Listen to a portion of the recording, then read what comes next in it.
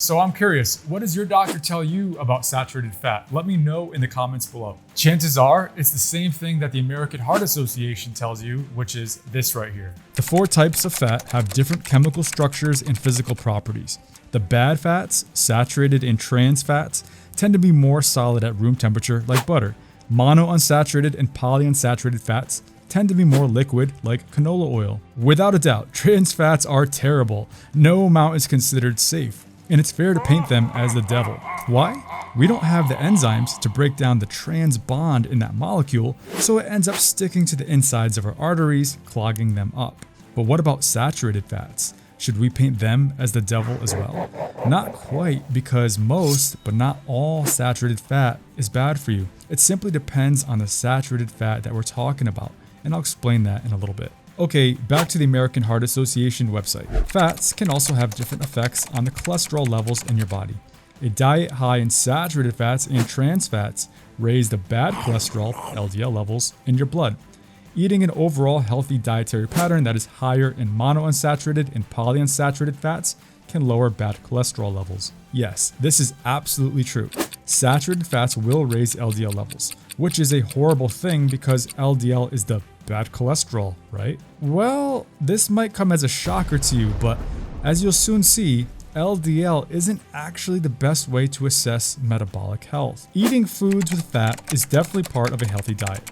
To choose healthier fats, use liquid, non-tropical plant oils, low fat or non-fat instead of full fat dairy, and if you eat meat, lean meat or poultry. And remember to balance the amount of calories you eat from all foods with the amount of calories you use through physical activity. So I agree with most of this. What they're essentially saying here is do not eat saturated fats, including that which comes from coconuts, as it comes from a tropical plant, but also do not eat dairy unless it's non-fat or low fat. And here is where I take issue, because not all saturated fats are created equal. As you'll soon see, the saturated fats that come from dairy products and coconuts are not the same saturated fats that come from meat, especially beef and pork. So generally speaking, unsaturated fats are healthier than saturated fats, no question. But there is a lot of recent evidence showing that some saturated fats are actually good for you. In order to understand why this is the case, we first need to understand exactly what fats are. When you eat fat, 95% of those lipids that you ingest come in the form of triglycerides. The other 5% are sterols and phospholipids, and we'll ignore these for now. A triglyceride is constructed from a backbone molecule called glycerol and 3 fatty acids. There's different types of fatty acids attached to that glycerol backbone, resulting in different types of triglyceride molecules. Now they can differ in the length of the carbon chain, hence the term medium chain triglycerides and so forth. Or they can differ based on the degree of hydrogen saturation of the fatty acids in that triglyceride molecule. For example, if that carbon skeleton of the fatty acid is saturated with hydrogen atoms, it's called a saturated fat. If that fatty acid is monounsaturated, there's only a single carbon double bond in that chain. In polyunsaturated fatty acids, 2 or more double bonds of this nature exist. Trans fats are unsaturated fats, so either monounsaturated or polyunsaturated, with a trans double bond instead of the cis bond.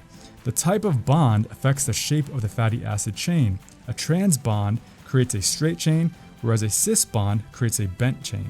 Trans fats can't be burned, as humans don't have the enzyme to cleave that trans double bond. They instead will damage your cell membranes and stick to the insides of your arteries, and that's how they slowly kill you, and it's unrelated to their calories. We've known that trans fats have been bad since the 1950s, but the FDA did not ban them until 2015. But even though it's been banned, you still eat trans fats when eating French fries, or any fried food for that matter. I do love fried calamari though. But the real shocker here is that you can accidentally make trans fats on your own when you cook oils past their smoking point. For example, the smoking point of olive oil is around 350, 375 degrees Fahrenheit.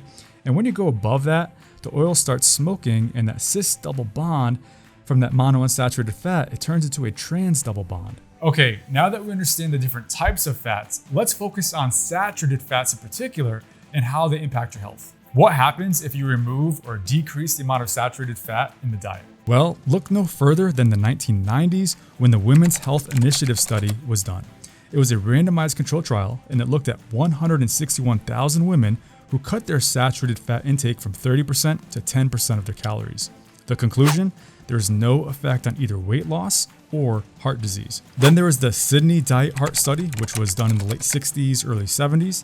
They took 458 men who experienced a heart attack, and they said to them, okay, we're going to remove saturated fat from your diet and replace it with soybean oil, which contains the omega-6 fatty acid, linoleic acid. What happened to those men?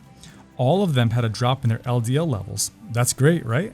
Except that their risk for another heart attack went up by 60%, and their risk of dying went up 70%. What? And then there was the Minnesota Coronary Study, which followed 9,000 patients around the same time frame as the Sydney Diet Heart Study. These patients were at state mental hospitals and nursing homes where they could control exactly what the patients were eating.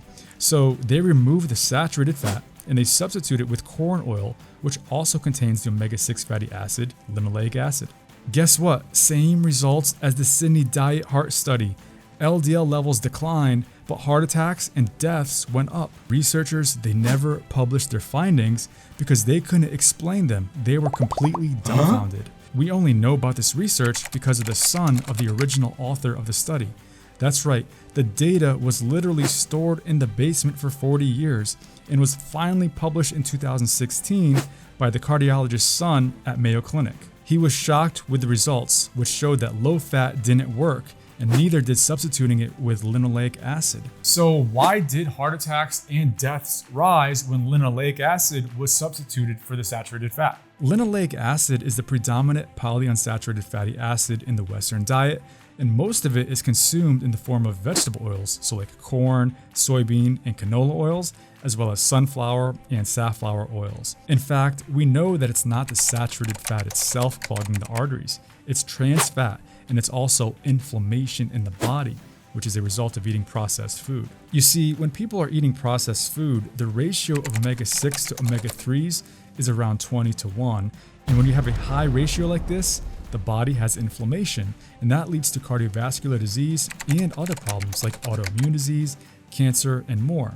Ideally, you want that ratio to be less than 4:1, and that's what happens when you eat unprocessed food. Most of the saturated fats in red meats are even chain fatty acids, about 16 or 18 carbon length, and are not associated with heart health benefits. But what about the saturated fats found in dairy? Yes, some of those are even chain saturated fats, but they also contain odd chain fatty acids like pentadecanoic acid and heptadecanoic acid, which are metabolized differently in the liver. For example, let's take a look at whole milk.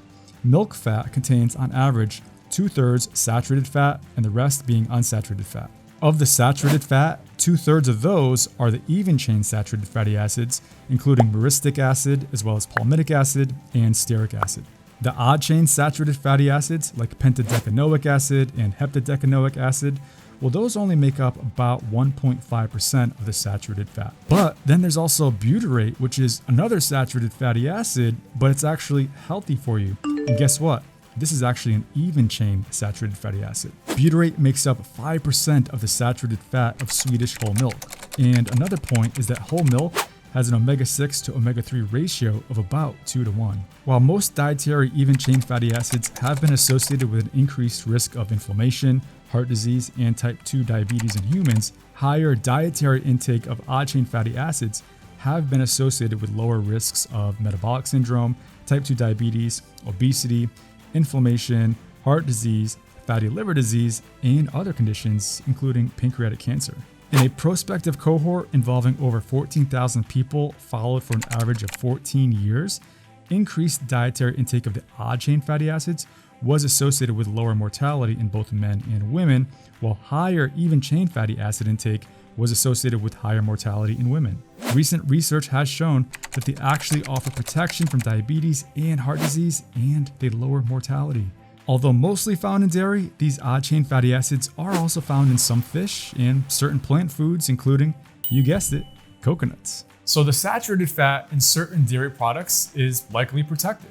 But what do we find in the dairy section? That saturated fat is often skimmed off the cow's milk and turned into processed cheese. Not to mention that certain dairy products have a lot of added sugar, and that in itself is a much bigger problem because it generates inflammation. How so? Like this.